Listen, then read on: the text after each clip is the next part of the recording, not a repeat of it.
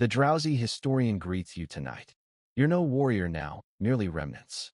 Left behind when wars end without notice. Born into samurai lineage, schooled in the arts of deference, sacrifice, and service. Yet the world marched forward, while you were still fastening armor. Straps. Steam trains now whistle past. Your village. The Empress smiles frozen. From framed photographs. Your ancestral sword, once sacred, now violates modern laws, yet you keep it anyway. Not for battle, but because you've forgotten how to exist without its weight. Before dawn breaks over Shiroyama's slopes, grant me this small courtesy. Tell me where you listen from and what hour greets you there.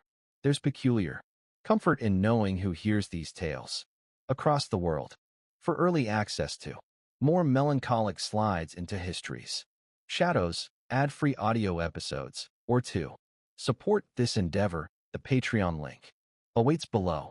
Now recline, settle in. Let's begin. Your first breath came in a house where wooden floors groaned without footsteps, beneath a sagging thatch roof admitting wind but denying sunlight. Paper doors, patched repeatedly, walls whisper thin, a hearth that smoked regardless of care.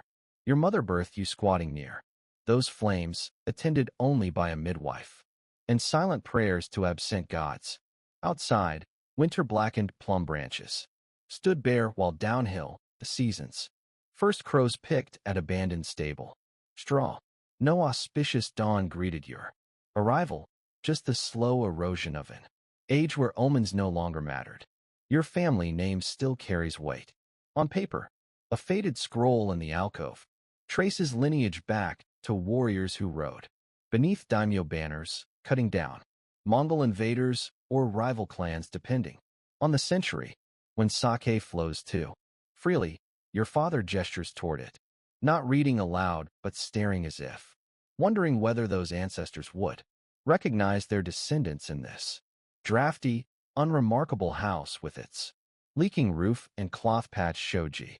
By the time you could ask about the scroll's contents, the ink had faded beyond reading. Poverty was your normal. Cracked sandals, simply how footwear looked. Pickled radish and barley gruel. Breakfasts what all children ate. Every father coughed through winter, disappearing when tax collectors came. Village children wore similar threadbare clothes, spoke in hushed tones, ducked identically when officials rode past on horses sporting foreign buckles.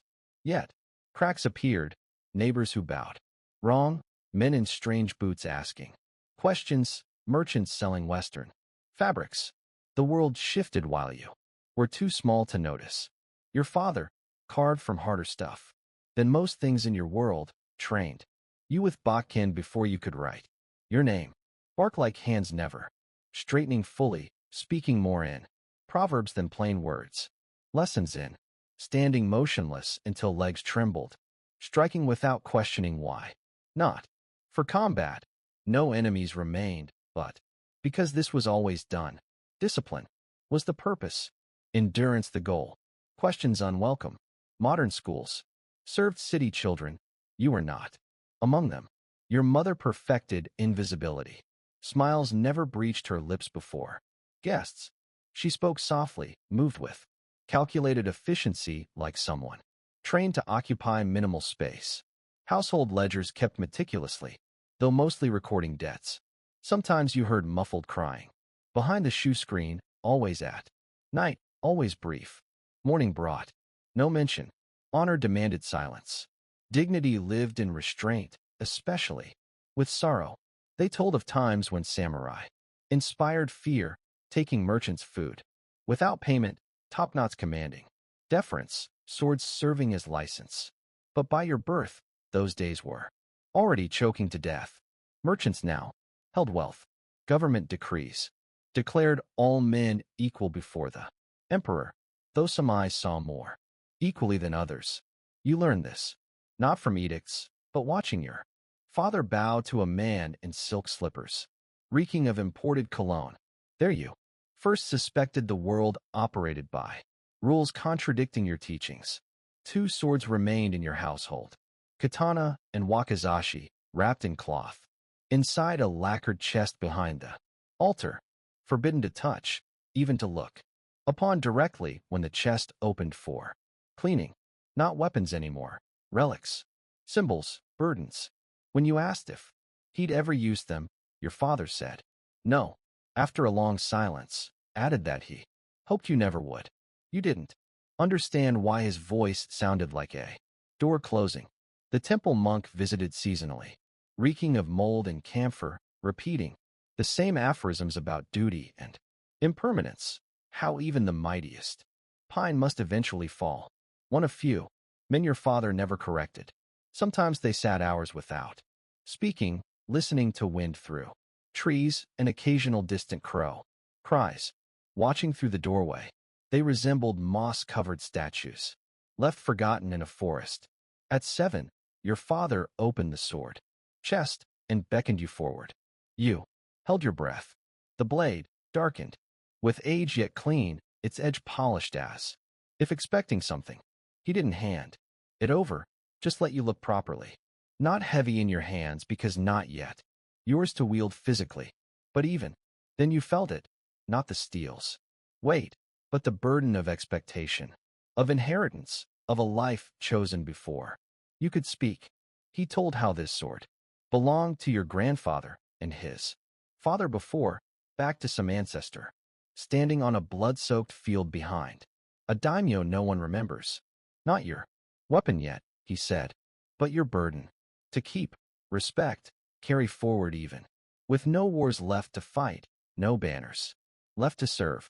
You nodded, the expected response, not understanding that wearing this sword would become quiet rebellion by your adulthood, crime, disguised as reverence.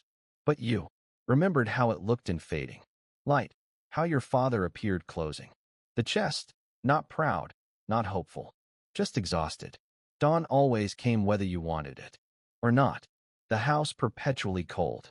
Mornings, even in summer, fingers fumbling with stiff robe ties as you dressed quietly, avoiding waking siblings. Courtyard stones slick with dew, sandals slapping disrespectfully, though no one said so. The tutor arrived, daily, old man with eyebrows thicker than his patience, carrying a cane, rarely used for walking, never raising his voice, making his disappointment cut deeper. Training meant repetition, not improvement, not growth, but preservation. Not to grow, but to preserve. You were taught how to sit, how to bow, how to hold your back and adjust the right angle, not for efficiency, but for form. The Carter movements were ancient, or so they claimed. Even the tutor admitted some origins had blurred with time. You practiced regardless, repeating gestures until they felt like pantomime, continuing when muscles ached more from stillness than exertion. Discipline remained the purpose, endurance the goal. Questions stayed unwelcome. You were being sculpted into something respectable, not useful. Calligraphy lessons came in the old style too. Characters whose meanings were being replaced by modern forms, taught by a man who refused acknowledging government documents, now favored horizontal script. History lessons covered forgotten battles and dynasties no longer ruling. When you once asked about the current emperor, the living one, your tutor paused several seconds before changing subjects. You never asked again. Meals passed in silence. Old etiquette ruled. Father served first, mother waiting, no speaking unless addressed. You were expected to eat everything, bitter or spoiled. Waste meant dishonor. Displeasure signaled indignity. You learned early that silent suffering was virtue, that children weren't individuals but symbols of continuity, tradition, whatever pride still clung to your family name. That meant never interrupting, never contradicting, never drawing attention uncommanded. You weren't being raised to live. You were being raised to represent. Festivals came and went, their meanings worn thin like old cloth. You wore hand-me-down garments from barely remembered cousins, parading behind paper lanterns through the village. Elders sang songs none understood anymore. Shrine maidens offered rice wine to nameless statues. No one truly believed, but belief wasn't the point. Participation was. These rituals held no power, only weight. The kind that settles into bones after generations, becoming indistinguishable from duty. When village friends began attending the new government school, the one opened by sharp-toothed officials in stiff hats, your parents forbade joining. They spoke of contamination, foreign values, honors erosion. You watched boys walk off in crisp cotton uniforms while you remained sweeping verandas, memorizing verses from discontinued books. You didn't envy them yet, but wondered what knowledge made their fathers so proud and why yours never asked. Sword lessons continued, though their tone shifted. What was once preparation became reenactment. Your Bakken never crossed another's, not from skill, but because sparring was deemed too aggressive, too risky, too unsightly. Strikes became measured, solitary, like prayers recited to empty air. Your father corrected posture sometimes, but with dwindling conviction, as if remembering authority's shape but not its substance. You began feeling these movements existed for themselves alone, discipline practiced in vacuum. The first government soldier you saw up close startled you with his casual stance, arms resting easily, as if nothing could touch him. Blue uniform gleaming, belt polished, rifle with crude, efficient bayonet. Younger than your father, older than you, entirely indifferent to your presence. No bow, not even a glance, just walking past your family gate like it wasn't there. That evening, your father sat longer in the garden, staring down the stone path, silent. You couldn't tell if he was angry or afraid. You still can't. Eventually the summons came. Your first formal audience with your daimyo. Delayed for months by illness, travel, matters of state. The letter arrived with stiff brushstrokes, sealed in red wax. They dressed you in ceremonial robes unworn since your brother's death, smelling of incense and mildew, sleeves slightly too long. Hair oiled and tied. Hands scrubbed raw. Instructions clear. Don't speak unprompted. Don't ask questions. Kneel, bow, show gratitude. The estate stood grand but neglected, gravel paths swept yet sprouting weeds, lanterns polished but gates sagging. You passed corridors lined with fading scrolls and screens, finally entering a large empty room where the daimyo sat behind a low table flanked by two skeletal retainers. He didn't smile or stand, just gestured vaguely forward, his trembling hands seeming unpracticed in giving orders. His voice sounded hollow, dry, like reading from someone else's script. He asked your name. You gave it. Your father's name. That too. One nod. Then words about proud lineage, the clan counting on its youth, past values shaping future. You bowed deeply, thanking him though the words caught. The meeting lasted 6 minutes. Dismissed without ceremony, escorted past crates of documents labeled in modern script. On the walk home, your father spoke little. But at the village edge, he stopped, looked back toward the estate, exhaled a long, quiet breath that almost sounded like a question. You began noticing the world changing. Not through edicts or marching soldiers, but whispers, traders murmuring about railways stretching farther than ox carts traveled in weeks, messages flying across wires like lightning. Men in Tokyo wearing leather shoes, dining with forks, one even cutting his hair foreign short. Stories once laughable now felt inevitable. These changes leaked into your world like water under paper doors, merchants carrying smaller coin purses, farmers offering curt nods instead of respectful ones. Someone mentioned conscription lottery, though no one understood it fully. One boy disappeared for a season, returning shaven-headed, posture so stiff his bones might have been replaced. He carried a book now, not a sword. Attempted conversation faltered, words feeling wrong in your mouth, irrelevant in his. Shrine offerings grew thinner, older rice, smaller coins, quieter prayers. You wondered if the gods had boarded trains north toward the emperor's smoke-and-steel capital. Even the seasonal monk arrived late, left early, speaking less of ancestral wisdom, more about inevitable change, not condemning but resigned. The old ways are becoming stories, he once said without looking at you. Soon stories will be all they are. In your household, silence became more than custom, it became defense. Your father still trained you with Bakken, but movements carried dullness now, body remembering what the mind no longer trusted. He corrected you less, paused longer when you stumbled, as if deciding whether correction still mattered. He sharpened blades less, wrote in the family ledger less, stared at hills more. When asked his thoughts, he'd only say, "Clouds are moving in." Your mother adapted as mothers do, trading with newer merchants, making decisions without consulting your father. Once she suggested your youngest sibling attend the modern school after all, just for basic reading and arithmetic. Your father's silence wasn't approval. It was surrender. Your sister went. Next week, she corrected your handwriting during practice. Your mother hid a smile. You did not. One morning brought a man in Western shoes speaking unaccented Japanese, claiming to be from the Ministry of Education, though his robes looked costumey. He spoke to your tutor, to your father, measured your rice allotment, took notes in a leather-bound book. You weren't told what he said, but afterward your tutor began missing lessons. Once a week, then twice, then altogether. The courtyard grew quiet. Your form degraded. No one corrected it. More officials came. Soldiers, clerks, clean-shaven men whose boots didn't sink in mud. They talked roads, schools, taxes, conscription, speaking with the certainty of men whose paths were paved, who'd never kneeled uncommanded. You listened from doorways, fences, gate shadows, hearing your world translated into numbers, charts, rules, not to be preserved, but reorganized.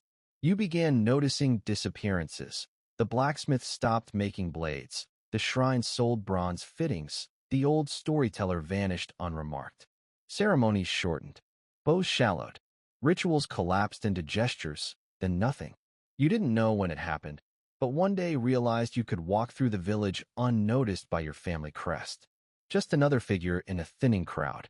Your presence no longer assumed, your status irrelevant. Your father grew quieter. His hands shook more. He stopped wearing formal haori unless guests came, and even then the fabric sagged like borrowed skin.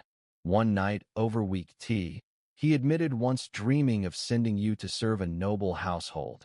A retainer, he said softly, as if the word belonged to another language. A real post, maybe even Kyoto. You didn't ask why he hadn't. You already knew. There were no posts. No Kyoto. Not the way he meant. Just a city now, rail lines, factories, rubber-soled men who didn't bow. Then it happened, not with ceremony or prophecy, but a merchant's whisper and smirk. Passing through after rain, carrying foreign spices wrapped in paper, tiny glass bottles smelling of alcohol and soap. He sold nothing to your family, didn't need to. But packing his cart, he pulled out a pale blue scrap, crisp, printed with fine lines, stamped with an unfamiliar symbol. New currency, he said. Good anywhere. You took it, turned it over, too soft, too light, no weight or edge or memory. Just an inky promise. You handed it back with a bow, trained reflex. He nodded, distracted, already walking away. His boots left shallow prints in damp soil. You watched them disappear before drying. That night you dreamed holding your father's katana in one hand, the paper bill in the other. The weight was all on one side, and not the side you expected. Your coming-of-age ceremony unfolded beneath a gray, windless sky, the courtyard stones still slick from overnight drizzle. You wore your late brother's formal hakama, starched stiff and tight around the waist, as if trying to mold you into someone older than your years. The air carried faint traces of mold and wood smoke. Bathed, shaved, and properly bowed, you knelt before the family altar while your father chanted ancestral names, his voice low and deliberate, pausing between each as if waiting for unanswered echoes. No guests attended. No celebration followed. This wasn't that kind of ceremony, quiet, private, mandatory. The formal acknowledgement that you now bore responsibility for undefined expectations. Bitter tea was drunk. A white envelope passed from your father's hands to yours. Inside lay a slip of paper bearing your new adult name. Chosen for its history, not meaning. Inherited from some ancestor who'd served a warlord whose story had frayed through centuries of retelling.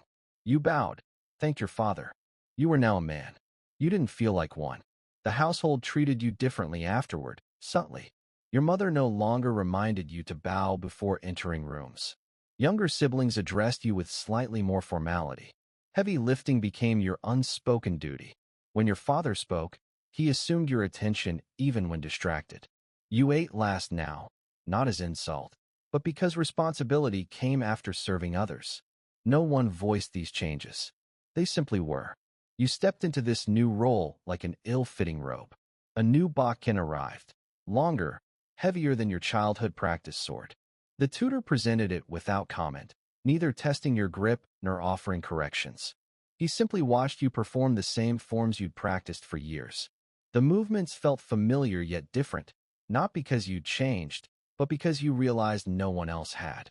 Beyond the training yard, the world grew louder, faster, stranger. Here, nothing moved unless you moved it. The cracks became more visible.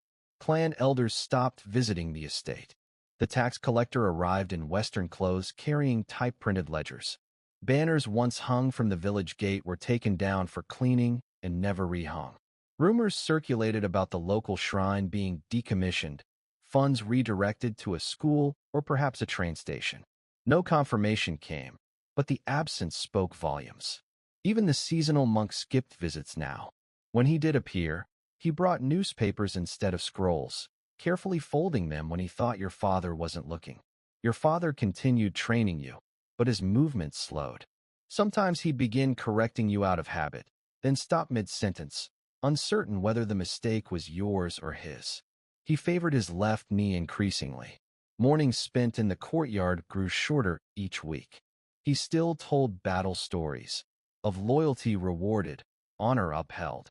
But the endings felt forced, like conclusions meant to comfort rather than instruct. You nodded appropriately, but the words landed differently now. Not quite false, just borrowed.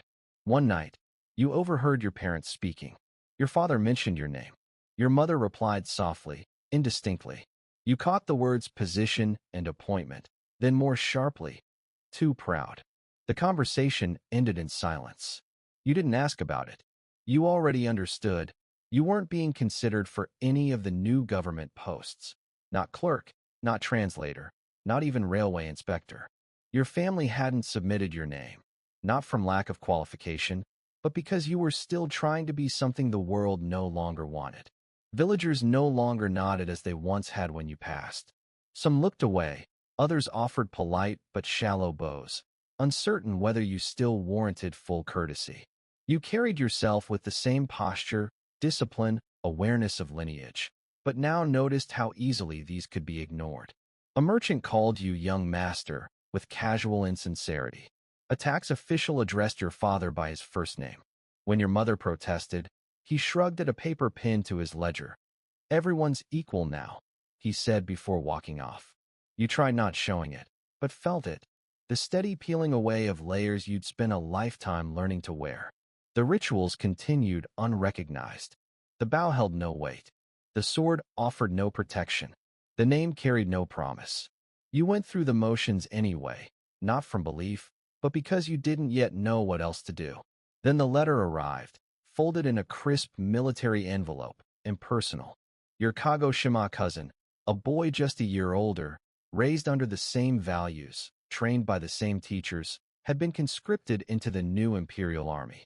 He wrote in clean script, more legible than you remembered, signing with a different family mark. His message felt formal, distant, as if dictated by someone standing behind him. He thanked your family for their influence, noted his new posting, unit, monthly pay.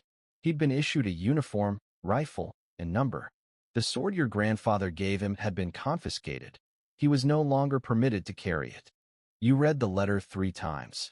Your father read it once, then placed it beneath the tea tray without comment. That night, you walked to the back of the house and opened the sword chest.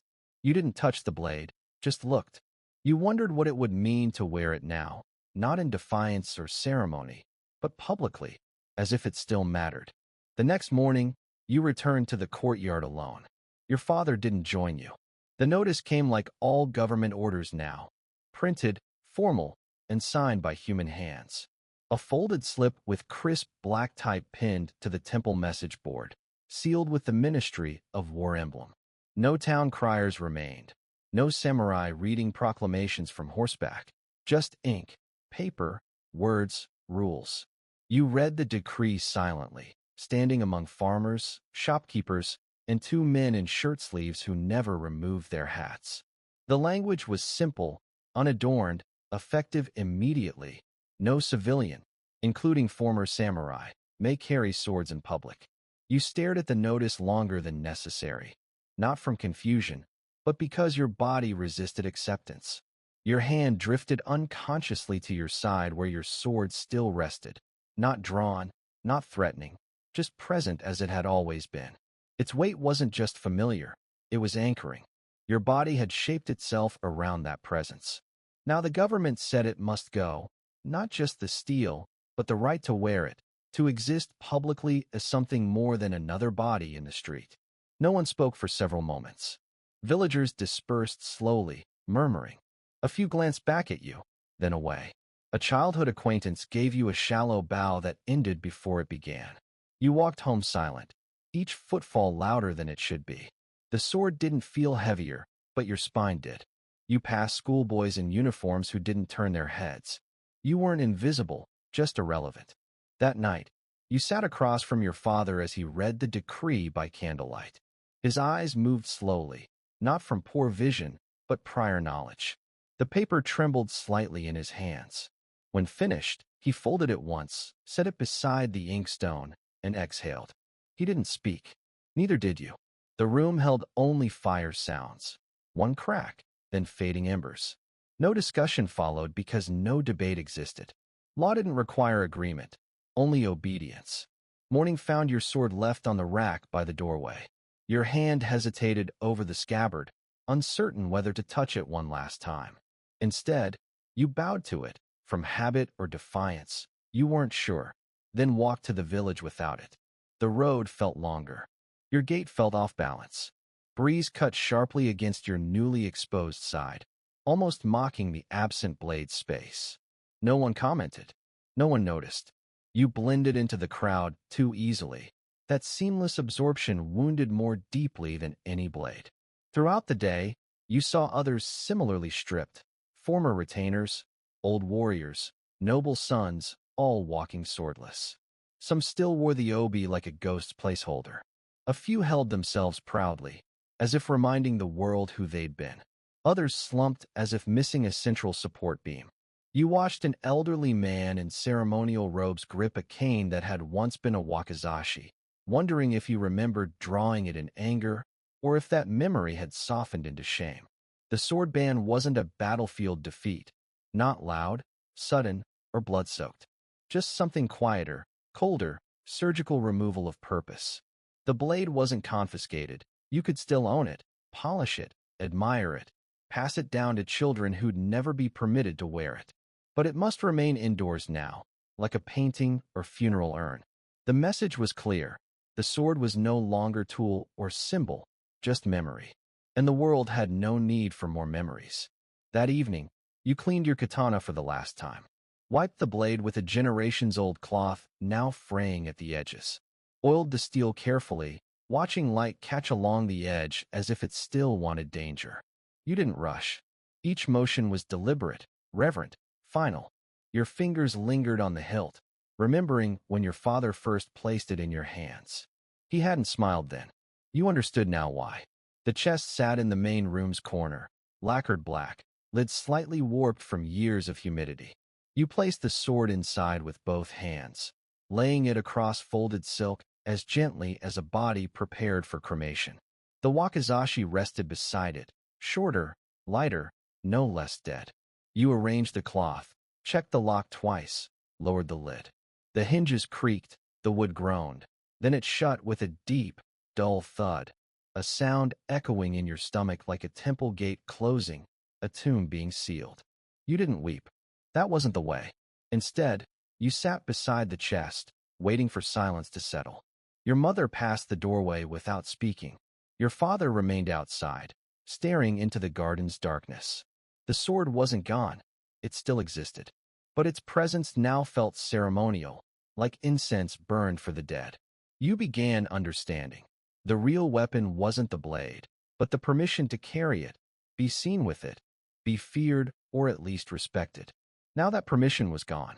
That night, You dreamed of walking through the village wearing your sword proudly, and no one noticing, reacting, or remembering what it meant.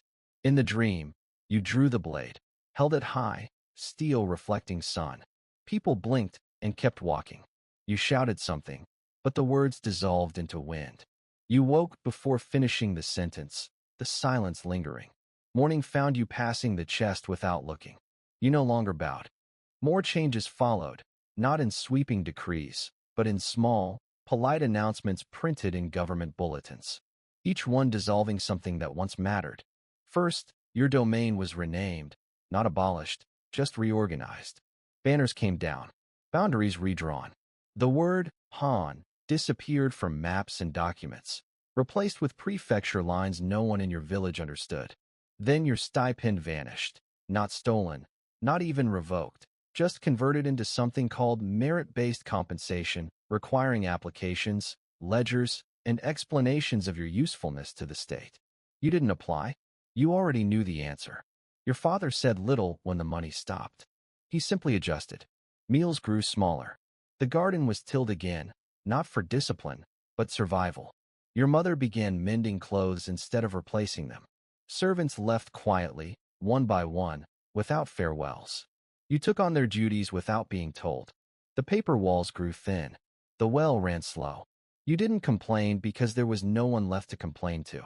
The chain of command had broken. The title remained, but the structure beneath it had turned to dust.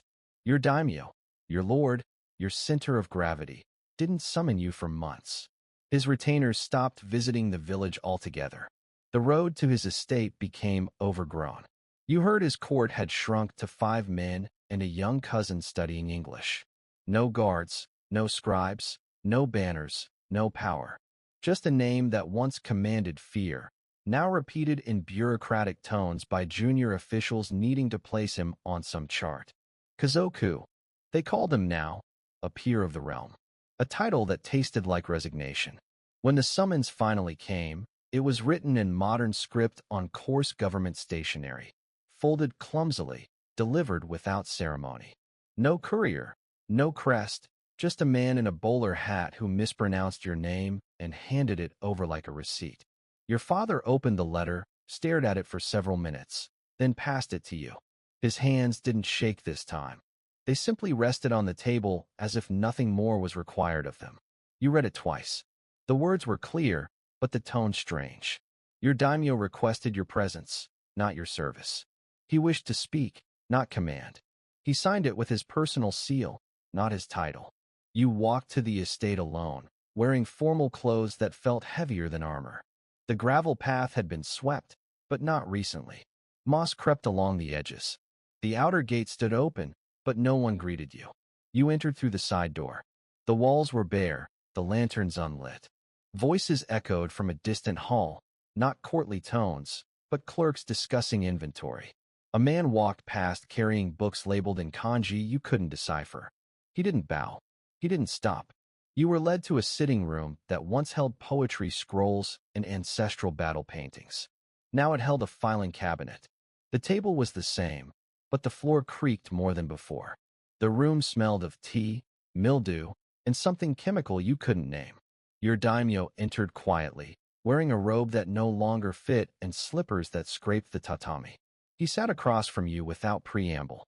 His beard was thinner, his eyes clouded. His hands twitched slightly as he poured tea. The silence stretched too long. You bowed deeply. He nodded in return. There were no formalities now because no structure remained to support them. He asked how your family was managing. You said they were adjusting. He nodded again, slower this time. He didn't ask about your training, discipline, or plans. Instead, he asked if you'd considered applying for civil service. There are positions, he said, voice barely audible over distant drawers opening and closing. Clerks, translators, inspectors. They need educated men. The word need felt misplaced. It had no weight behind it. You didn't answer, not from defiance, but from not knowing how to speak to him now. Your loyalty still existed. In your posture, your silence, your refusal to interrupt, but it had nowhere to land. It floated between you like incense smoke, lingering, pointless. The room was too quiet. The tea too bitter. The shape of this conversation felt wrong. You were no longer a retainer, and he was no longer a lord. Just two men dressed in fading symbols, pretending not to notice what had been taken from both of you. He said something about the future, the Emperor's vision, the importance of adaptation. The words sounded rehearsed, like they'd been given to him by someone younger, someone with a desk and timetable. He said it was better this way, that the old system was too rigid, too backward. He didn't meet your eyes when he said it. His hand gripped the teacup too tightly. He drank quickly, as if swallowing the taste of his own approval. You nodded because that was what you'd always done. You nodded even as you felt the ground shifting beneath you, even as the room around you was being eaten by paper and policy, because the only alternative was asking what happened next. And no one could answer that anymore. Outside the room, a door slammed. Laughter echoed from a hallway that once held armor racks. A clerk dropped something metal. Your daimyo flinched slightly, then smoothed his robe with hands that could no longer command. He thanked you for coming. You bowed once more and rose. He didn't walk you out. He stayed seated, staring into the empty space where a portrait used to hang. You walked back through the estate, past rooms filled with ledgers and boxes, and pale young men with pens behind their ears. You passed a wall where your family's crest once hung. It had been scraped off, not violently, just efficiently. You reached the gate and paused. You looked back once, but the building didn't look like a domain anymore. It looked like an office. It sounded like a bank. It felt like something had died without a funeral. You didn't speak of the visit when you returned home. Your father didn't ask. That evening, you sat by the hearth polishing your sandals. There was no reason to. They hadn't been worn down. But the motion was familiar. It gave your hand something to do. Your sword remained locked in its chest. The ink from the decree still stained the altar's corner. Your lord was alive, but the position was gone. You were still loyal, but there was nothing left to serve. One day an offer came. The man who brought it arrived on foot, though his boots suggested rail travel. He introduced himself with a deep bow, lower than necessary, as if showing hierarchy now belonged to paperwork rather than blood. His robe was short-sleeved, revealing a pressed white shirt beneath. His hair was cropped close in a style that made your fingers itch. He didn't mention your family history or household status. He got straight to the point. There was a vacancy in the local administration office. He believed you were a good fit. He handed you a partially completed form, your name, your father's name, your prefecture code already filled in. The rest was blank: age, height, literacy level, arithmetic skills, availability. He said it was clerical work, filing reports, copying orders, assisting with tax ledgers. A small stipend, enough to eat, maybe repair sagging roof tiles. The position was stable, he said. Predictable. Modern. It came with a uniform. You wouldn't be permitted to wear hakama or carry swords, even ceremonially. But you wouldn't need to.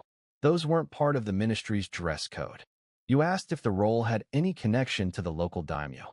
He blinked, then smiled, polite and shallow, explaining the daimyo was now a symbolic presence.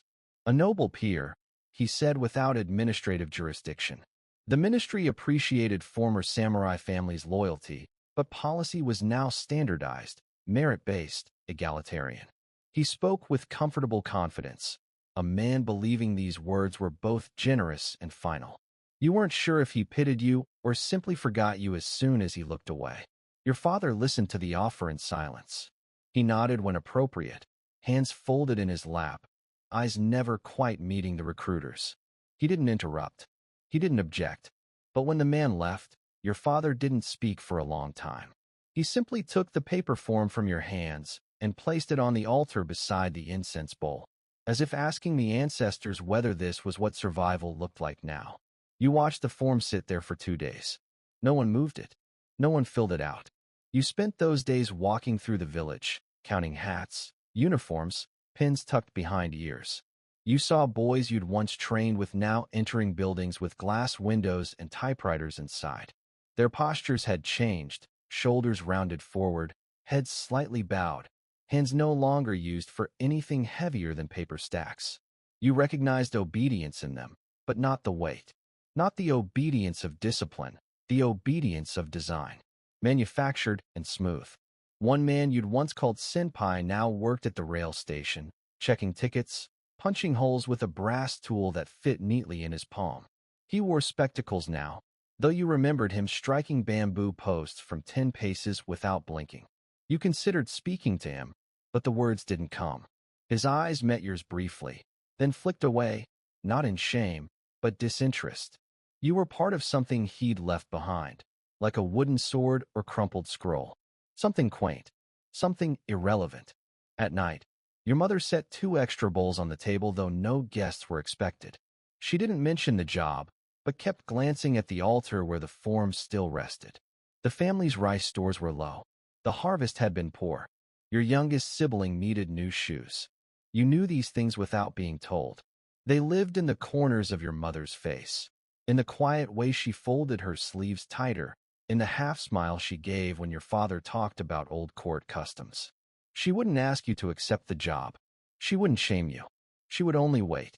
When you slept, your dreams were fragmented. You saw yourself behind a desk, pen in hand, copying figures into a ledger you couldn't read. You wore a gray uniform that smelled of starch and old paper. Your sword hung on the wall behind you, encased in glass. No one looked at it. No one looked at you. Outside, trains whistled past the window, drowning out your voice when you tried to speak. You returned to the ministry office 3 days later, dressed in formal robes that already felt like they belonged to someone else. The recruiter welcomed you back with a smile too wide to be sincere. He offered you a seat, poured tea, presented the form again, this time clipped to a board with a pen placed beside it. He explained the benefits once more: stability, order, position. He spoke of the future with the certainty of someone who'd never questioned his place in it. You didn't interrupt. You didn't argue. You waited until he finished, then bowed once. Deep, deliberate, final. You thanked him for his time. You declined the offer. You left the form untouched. The recruiter began to say something, but your bow lasted long enough to make it awkward to continue. When you rose, his mouth closed. You turned and walked out without looking back. Outside, the road was crowded with men in short coats and Western hats. No one moved aside. No one stopped. You walked among them, unarmed, unnamed, unnoticed. Your robes brushed against their sleeves, but they didn't register the difference. You were no longer feared. You were no longer followed. You were something else now, tolerated. You reached the village edge and paused. Behind you, the office windows glowed with lamplight and purpose. Ahead, the path wound into evening mist. That night, you burned the form at the family altar. You didn't explain why. No one asked. The ashes curled into the air and vanished. You watched them go and felt neither pride nor shame. Only the slow confirmation that you no longer belonged to the world being built around you. Something shifted, not dramatically, not all at once, but enough that you noticed the silence changing its weight. The newspapers grew vague in their reporting. Government officials spoke with new caution, and whispers began circulating again, not about reforms or railroads this time, but about resistance. Word spread quietly yet swiftly that Seigo Takamori had left the government. The man who helped shape the new order had walked away from it, returning to Satsuma, rejecting Western clothes and foreign advisors, refusing to participate in the slow suffocation of everything you'd been taught to hold sacred. They said he was gathering men, not to protest, but to rise. You first heard it from a rice merchant pretending to inspect his goods while eavesdropping on the man beside him, then from an old retainer murmuring to no one in particular on the temple steps. Finally, from your own father, who said nothing but lit incense at the family altar that night without waiting for a festival. The smoke lingered longer than it should have. Breakfast the next morning was a quiet affair with little eaten. More rumors followed. Young men had resumed training, not in gymnasiums or barracks, but in forests and ravines where the trees still remembered how to kneel in reverence. Swords were being taken out of storage. Real gunpowder, not ceremonial firecrackers, was being traded under lantern light. Men who once pressed stamps and signed forms now washed old armor with vinegar and prayer. You passed one such man on your way to the well. His hakama was too tight and his blade dull. but his eyes held a focus you hadn't seen in years. The government issued no immediate response. That silence felt louder than any proclamation. Officials stopped appearing in rural outposts. Trains were delayed. Some tax collectors resigned quietly and vanished before morning. No one asked where they'd gone. No replacements arrived. A hush settled over everything. Not exactly fear, but anticipation. People moved slightly faster without knowing why. Eyes lingered on hillsides as if waiting for the past to come walking down them in lacquered armor and straw sandals. In the evenings, you sat outside watching the trees, trying to recall the names of sword forms you'd practiced as a boy. Your muscles remembered them better than your tongue did. You found your feet shifting into stances again. Your hands traced invisible arcs through the air as if grasping at something just beyond reach. The rhythm returned slowly. Your breathing steadied. Your posture corrected itself. The movements didn't feel useful yet, but they felt true. Then one evening, a visitor came to your home. He wore no uniform, but might as well have. He bowed to your father, then to you, not as a superior, but as an equal. He spoke plainly. Seigo was gathering men in Kagoshima, not just samurai, but students, farmers, merchants' sons who remembered who their grandfathers had been. There might be fighting. There might be no victory, but there would be meaning, a chance to stand for something before it disappeared entirely. He didn't ask you to come. He simply told you where the others would be. Then he bowed again and left before your father finished exhaling. Your mother didn't speak for a long time. When she finally rose to clear the tea, her hands didn't tremble. The house was quiet after she left. Your father looked at you, but not as he used to. He didn't command. He didn't instruct. He simply nodded once, small, tired, but certain. The kind of nod a man gives when he sees a door opening in a wall that stood too long. Then he rose and walked to the back room. He didn't return for some time. You remained seated. Your hands rested in your lap, but your fingers flexed against the fabric. You weren't surprised. You'd been waiting for this for months, maybe longer. Not for permission, but for clarity.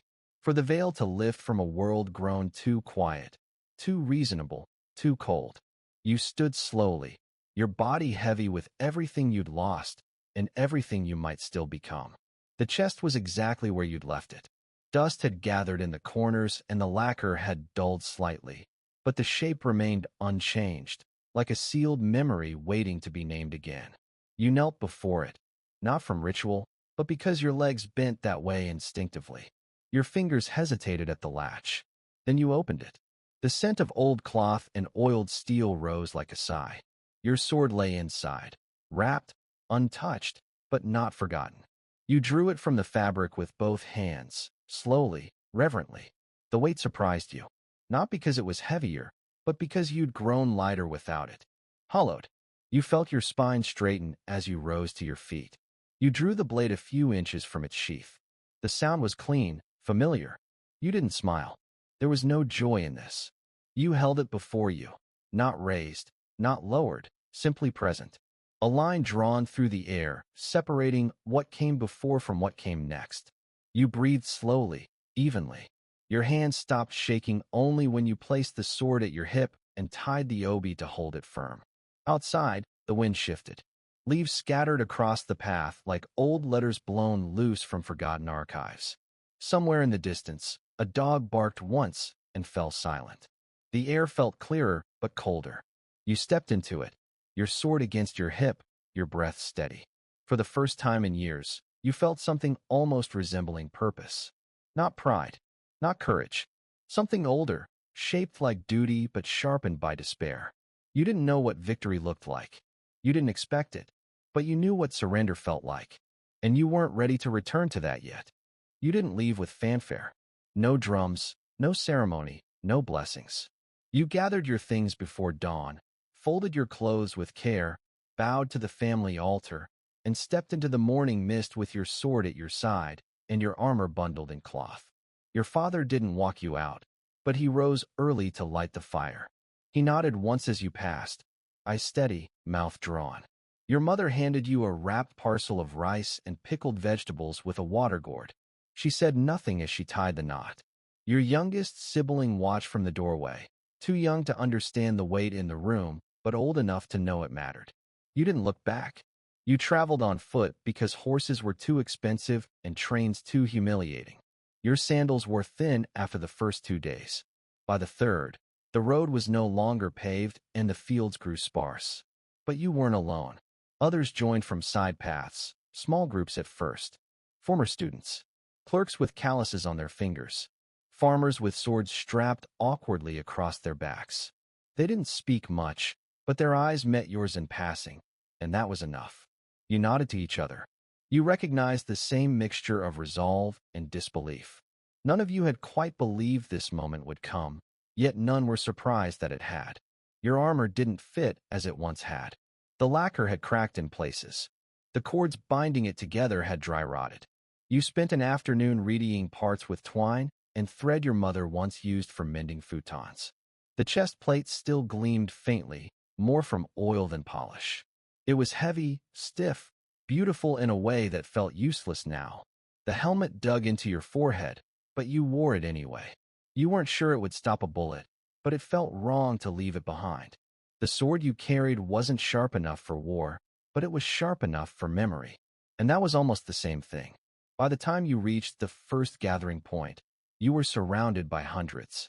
They slept in rows on temple floors and in cleared rice fields, their breath rising like mist in the cool spring air. Some wore full armor. Others peasant clothes with bits of plating strapped over their shoulders or tied to their legs with rope. There were no uniforms, just the common colors of old cloth and fatigue. Sago's banners flew over the main tent, hand-painted, tattered, held upright with bamboo poles. Men spoke his name like a chant, low and rhythmic, as if the sound itself kept them from unraveling. The officers were former retainers, educated, careful. They spoke of strategy, honor, supply lines, discipline, but their voices were hoarse and their eyes sunken. They knew what this was. No one said the word suicide, but it lingered behind every sentence. Still, the training resumed. Sword drills in the morning, formations in the afternoon. You were assigned to a unit led by a man who once studied poetry in Edo. His armor was mismatched, but his grip on the hilt was sure. He taught you how to move in formation, how to run without noise, how to breathe while waiting for the charge. There was laughter in the evenings, nervous, brittle laughter that spilled from the firelight and died quickly in the dark. Men told stories of what they'd been before, scribes, shopkeepers, sons. Some spoke of revenge, others of restoration. A few admitted they didn't know why they were here, only that they couldn't bear the silence of staying behind. You spoke little, but you listened. Every voice was a variation on the same grief, not over land or power, but over something harder to name. A way of being, a shared understanding, a life that no longer fit inside the borders of this country. You marched with your unit toward Kumamoto, toward the first real engagement, the first test of whether lacquered armor and conviction could stand against factories and rifles. The road was muddy from spring rain. Your pack chafed your shoulders. Blisters bloomed beneath your armor straps. But you didn't stop. No one did. You walked because you had to, because there was no place to return to if you turned around. The fields blurred. The hills folded behind you. The capital was too far to see, but you felt its weight in every step. The night before the first skirmish, you slept beside a shrine with no statue left inside. The gods were gone or hiding. You ran your fingers over your sword's hilt, trying to remember your training. Not the stances or forms, but the feeling. The sense that you'd once known what your body was for. That it had meant something to hold steel in your hands. That you'd been shaped by purpose rather than nostalgia. In the darkness, someone began humming a childhood song. It was out of tune, but no one stopped them. At sunrise, you reached the battlefield's edge. It didn't look like a battlefield, just an open field, wet and uneven, dotted with fence posts and muddy trenches. No banners, no horns, just the smell of gunpowder and the hum of disturbed insects. Your unit spread out, crouched low, waited for the signal. Your heart beat too fast. Your palms sweated through your gloves. You whispered a prayer to no one in particular. Then you saw him, a boy no older than your youngest brother, standing across the field in a blue-gray uniform that fit too well. His rifle was steady. his cap low, his boots dry. He pointed the weapon toward your line without flinching. He didn't look angry. He didn't even look afraid. He looked like someone performing a task, completing an instruction from a training manual. You felt his eyes pass over you like you were part of the landscape. Not an enemy, not a threat, just an obstruction. You lowered your gaze to the gun's muzzle. It was clean, modern, unapologetic. The tip of your sword, by contrast, was dull, trembling slightly in your grip. You adjusted your stance, because that's what you'd been trained to do. But even as your knees locked and shoulders squared, you knew this wasn't a duel. It was a statement. One machine pointed at one relic. You didn't speak. You didn't charge. You waited for the future to fire first. He didn't fire immediately. The boy's rifle remained steady, his face unreadable. For a suspended moment, you thought he might lower it, that perhaps he recognized something familiar in your stance, your armor, your eyes. But then a voice barked behind him, curt, mechanical, unquestioning, and the trigger was pulled. The shot missed. Barely. You flinched as the air beside your head split open with a crack. By the time you steadied yourself, the soldier had already turned away, already become part of the formation again, already vanishing into smoke and shouted orders. You remained frozen for another breath. Not from fear, but from terrible clarity.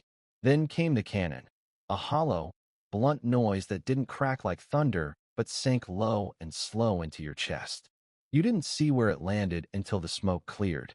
Then it was only pieces of wood, of cloth, of someone whose name you'd never know now. The field turned soft beneath your sandals, not from rain, but from the churned, wet mixture of soil and things no one spoke about. There was no rhythm to this battle, no momentum, just noise and smoke and sudden absences. Your unit was ordered to advance, but advance didn't mean what it once had. No glorious charge, just walking in staggered lines through shallow trenches and ankle-deep mud, trying not to slip while bullets cracked past your ears like mosquitoes with teeth. You were told to stay low, but your armor wasn't built for crouching. Shoulder plates dug into your neck. Your sword bumped awkwardly against your hip as you moved, more a weight than a weapon now. You felt clumsy and loud, like a ceremonial figure pushed onto a stage where no one wanted ceremony. Men fell around you. Some screamed. Some didn't. The ones who screamed tended to live longer, long enough to know they'd never walk again, or hold a sword again, or be remembered beyond this nameless hill.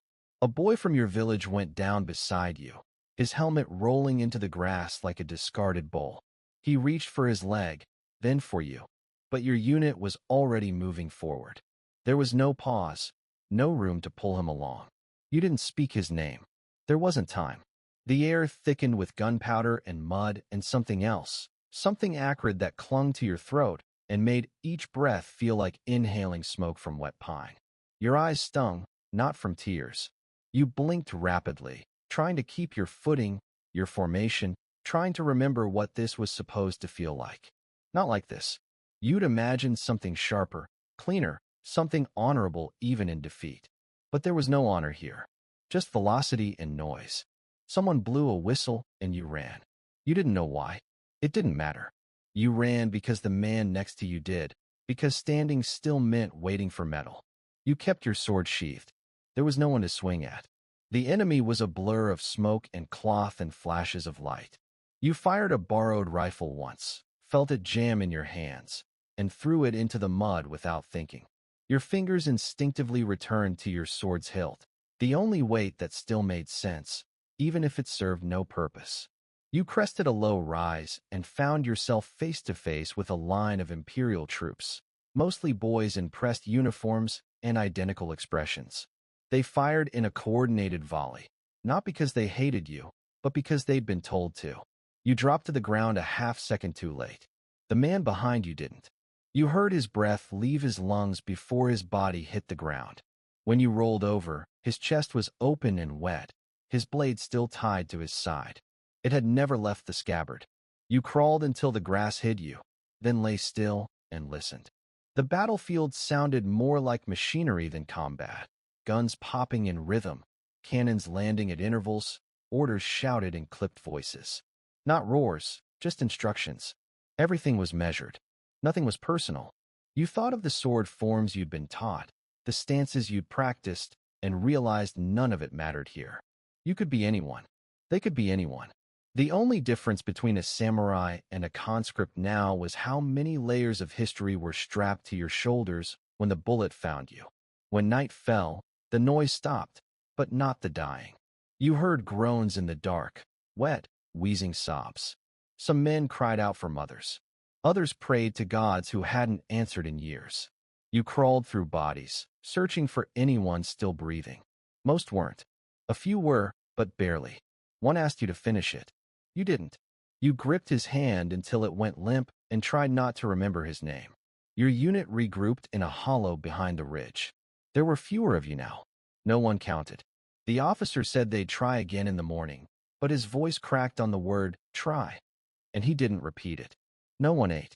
No one lit fires. You sat in silence, your sword resting across your lap like a relic from a temple that no longer stood. You didn't know what to do with it.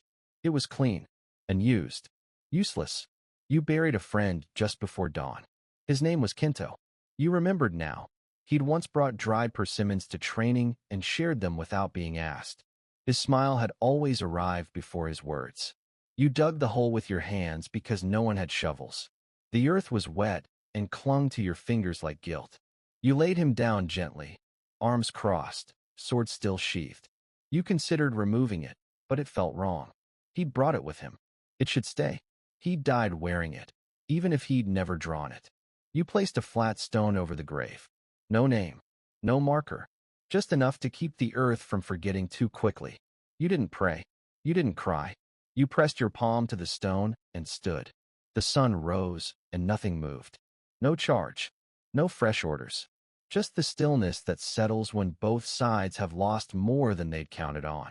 You waited for the next cannon, the next burst of gunfire, but it didn't come. The smoke hung low over the field like fog, and the bodies didn't get up. No one called for reinforcements. No one sounded retreat. The war, for the moment, paused. Not from mercy, but from exhaustion. You sat in the mud beside your sword and listened to the wind tug at the remains of a banner someone had stopped trying to hold. You expected someone to tell you what to do next, but no one did. You stood slowly, legs aching, shoulders stiff, and rejoined what was left of your unit. You counted fewer faces than yesterday. The officer didn't speak. He just pointed south, and the march began. No one called it a retreat. It didn't need a name. You walked because there was nowhere left to stand. It didn't end with a final charge or decisive loss. It thinned slowly, like blood draining into floorboards.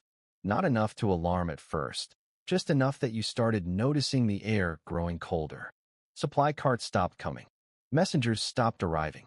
Ammunition grew scarce, then vanished. Boots wore through, and replacements never appeared. You began fighting not for a cause, but to stay warm. The rice ran out, then the barley. Then even the pickled scraps your mother had packed weeks ago, now rotted to pulp. You boiled roots. You chewed grass. Someone suggested leather. Eventually, everyone agreed. The rain didn't stop. It fell day after day, soft and relentless, until the earth became a paste that sucked at your feet and coated your armor in grime. Your sword rusted at the edge. You wiped it with the inside of your sleeve, already damp and threadbare. Fires were scarce, too risky, too visible, too wasteful.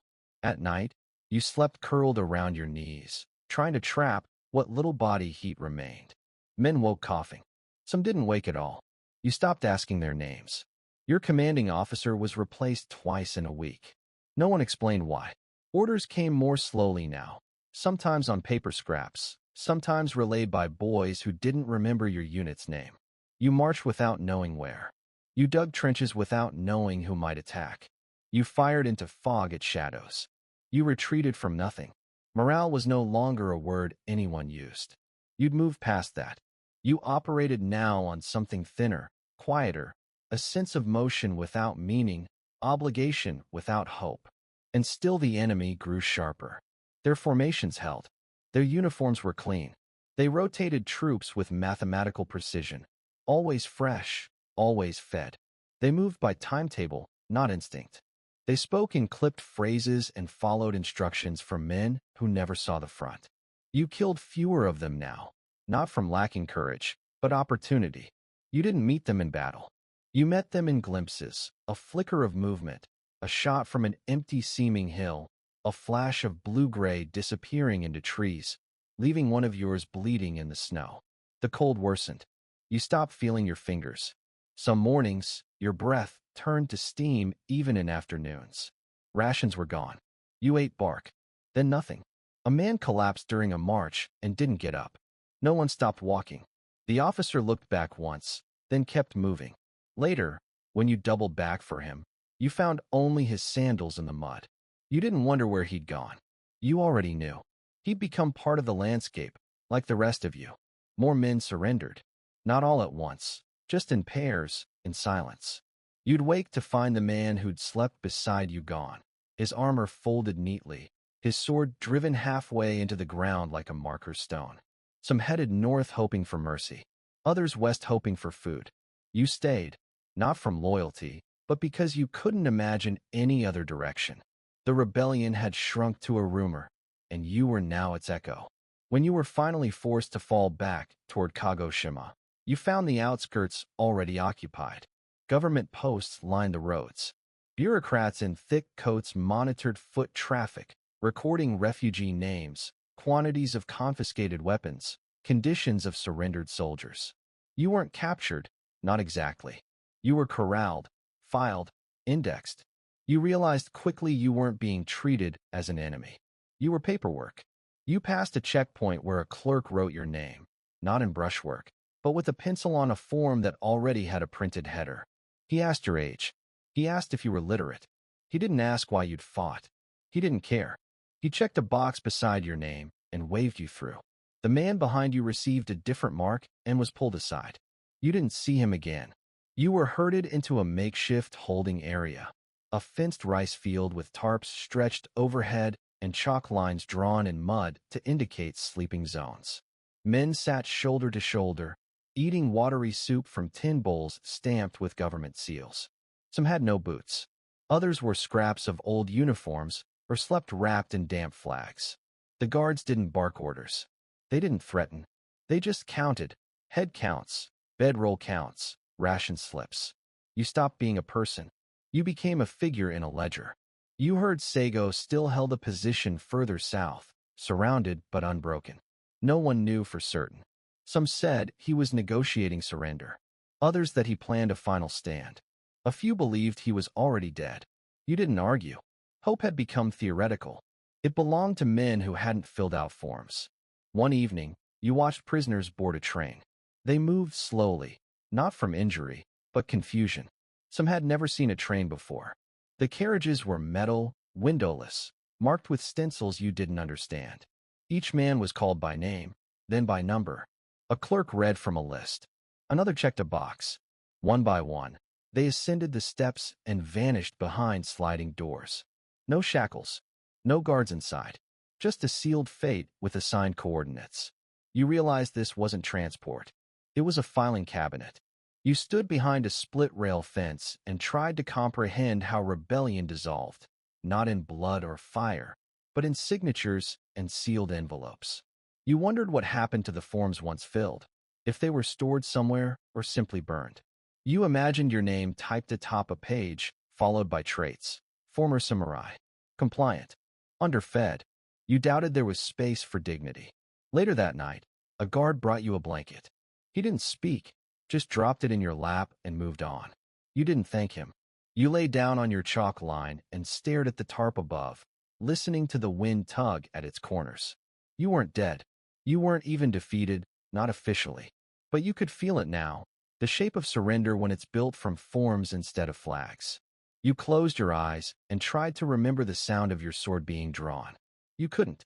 All you heard now was the scratch of a pencil on paper. The final march wasn't announced. There were no trumpets, no banners, no stirring speeches, just another day of walking. Quiet, cold, unmarked by any sense of destination. You passed through fields that would never bear crops again, villages emptied of people, valleys where only the shifting wind seemed to remember the war. The roads became narrower, then disappeared altogether.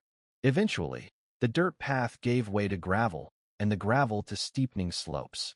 You climbed, not because you'd been ordered to, but because it was the only place left that hadn't been claimed. The others followed, not with purpose, but with the inevitability of water seeking its level. Shirayama was more ridge than fortress. A sloping hill overlooking Kagoshima Bay, circled by pines and veiled in mist, its old stones whispering of forgotten defenses. It wasn't fortified, it wasn't strategic, but it was high ground, and in your condition, that felt like something. Fewer than 400 men reached the top. Some said only 370. No one agreed on the number, and no one bothered counting twice. You recognized a few faces, men who'd once drilled beside you, men who'd once issued orders. Most were too gaunt now to look familiar. You nodded at them anyway. There was still honor in pretending. The mood on the hill wasn't one of defiance. It was something quieter, more resigned. No one sharpened blades. No one checked their rifles. Men sat in small clusters, not speaking. The wind cut sharply, and the weak sunlight cast long shadows across armor that had long since lost its gleam. You saw a man you'd trained with trying to repair a crack in his helmet with pine resin. Another broke his last arrow in half to use as a tent peg. The ground was hard, the air thin, and the only certainty was how little remained. Seigo was there, though few saw him directly. He stayed in a tent near the center of the encampment, surrounded by what remained of his officers. Rumors spread like fog, that he was wounded, that he was composing a final letter to the emperor, that he already knew how this would end. Some said he intended to charge, others that he wouldn't live to see morning. No one spoke against him. Even now, after everything, his name still held the last scraps of cohesion. You didn't need to hear from him. You knew what he would say. It was already written across the faces of the men around you. You found a place near the eastern edge of the slope, between two large stones and a gnarled pine whose roots twisted through the dirt like veins. It was sheltered from the wind and far enough from the command tent to avoid scrutiny. You laid out your mat, folded your cloak over it, and placed your sword beside you. The edge was dull, but you cleaned it anyway, not because you expected to use it effectively, but because it would have felt wrong to leave it dirty. You rubbed the hilt with cloth until your hands stopped trembling. Then you sat with your knees drawn up and watched the trees sway in the gathering dusk. Below the hill, Imperial soldiers moved with clockwork precision. You could see them from your perch, little blue-gray figures in perfect columns, digging trenches, mounting artillery, stringing telegraph wire through the trees. They were calm, professional, unhurried. You watched one officer measure distances on a map, while another aligned a cannon with a plumb line. There was no urgency, no heat, just the quiet, relentless efficiency of men assembling a machine. And you were the thing they intended to grind into dust. Someone brought dried rice husks and damp sticks to start a fire, but it never caught properly. The wind was too strong, or the fuel too wet. You huddled around the smoke regardless, as if the pretense of warmth could substitute for the real thing. One man joked that he'd forgotten how to feel his fingers. Another wondered aloud what day of the week it was. No one answered either of them. The smoke stung your eyes and vanished into the dark. You didn't add anything to the fire. You'd run out of things to burn. You mended your armor with string, not because you thought it would matter, but because your hands needed occupation. You patched a crack in the chest plate with a strip of cloth cut from your cloak. You retied the cords at your shoulder with knots that wouldn't hold under stress. It didn't matter. The armor wasn't protection anymore. It was costume. You wore it not to survive, but to remember what survival had once looked like. Someone began chanting sutras a few rows over. His voice was thin but steady. The sound carried through the cold, brushing lightly against the ears of those around him. A few men joined in. A few more bowed their heads. You didn't speak, but you listened, not to the words, but to the silence beneath them. The quiet acceptance, the lack of protest, the understanding that there was no one left to bargain with. You lay down beside the cold fire, wrapping your cloak around your shoulders and tucking your hands beneath your arms. Your body ached in places you hadn't known could ache. Your legs throbbed from the march. Your ribs still hurt from a fall you'd never mentioned to anyone. You pressed your cheek against the woven mat and closed your eyes. You didn't expect to sleep, but your body was too exhausted to resist. The air smelled of damp pine, sweat, and something like resignation. You dreamed of nothing. The light came slowly, not with fire or brilliance, but with a grayness that seeped into your bones before it touched the ground. Dawn didn't break. It dripped, thin, cold, deliberate. You woke not because you were ready, but because there was movement around you. Quiet footsteps, the soft creak of leather, the hollow rattle of loose armor plates being adjusted one last time. No one spoke. Words were too sharp this morning. They would have cut through the calm like mistakes. You sat up slowly, shoulders stiff, legs tight from the night's cold. Your fingers trembled as you reached for your sword. Not from fear, just from fatigue. The cloth-wrapped hilt felt familiar in your hand, yet foreign to your life now. You drew it, not for use, but for principle. The blade was clean but dull. It reflected no light, offered no promise, answered no questions. Still, it stayed in your grip. You wouldn't leave it behind. Men began gathering, lining up without instruction. You knew most of their faces now, not by name, but by posture.